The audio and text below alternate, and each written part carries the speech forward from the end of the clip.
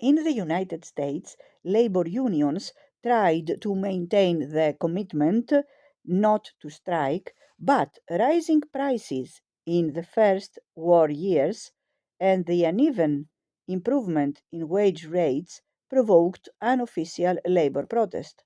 During the war, there were 14,471 wildcat strikes, though, once again, few lasted longer than a week, and only 6% more than 2 weeks.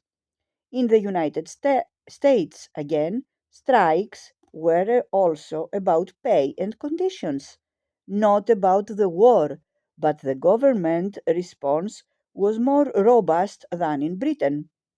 Even before the war, a major stoppage at a North American aviation plant in California, making one quarter of American fighter aircraft, was ended when 2,500 soldiers were ordered to take over the plant and put workers back to work at gunpoint.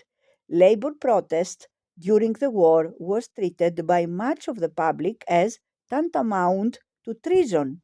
In 1943, in response to a major strike in the anthracite coal field in Pennsylvania and against Roosevelt's advice, Congress passed the Smith Connolly War Labor Disputes Act, which gave the government the right to take control of firms essential to the war effort and to take criminal proceedings against the leaders of unofficial strikes.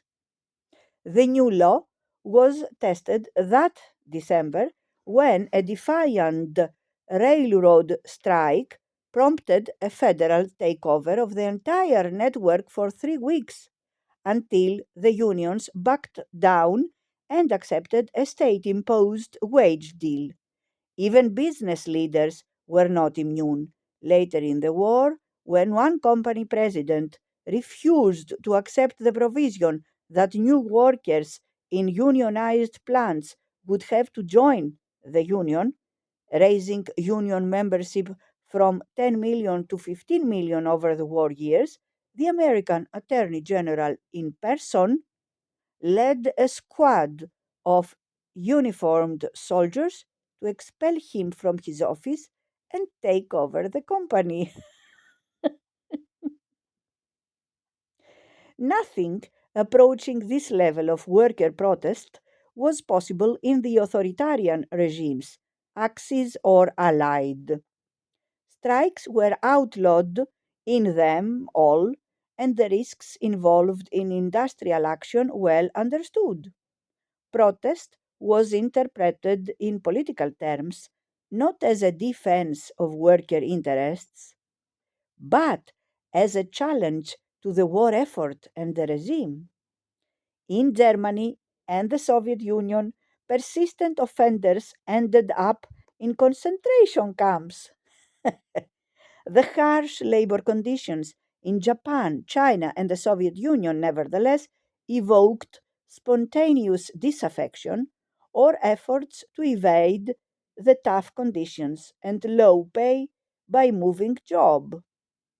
Japanese trade unions had been restricted even before 1939 and in 1940 were suspended altogether.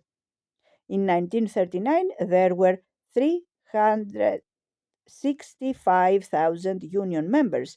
In 1944, none. Police records, nevertheless, reveal 216 cases of industrial protest in 1944, though they involved no more than 6,000 workers in total, a tiny fraction of the workforce. Some workers responded to the absence of representation with go slows or shoddy work, even occasional acts of sabotage.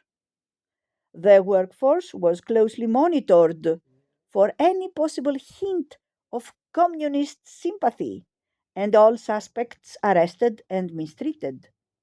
Exaggerated reports were produced on the slenderest evidence by the security forces to suggest that communist infiltration was mounting, But the revolutionary threat was a chimera.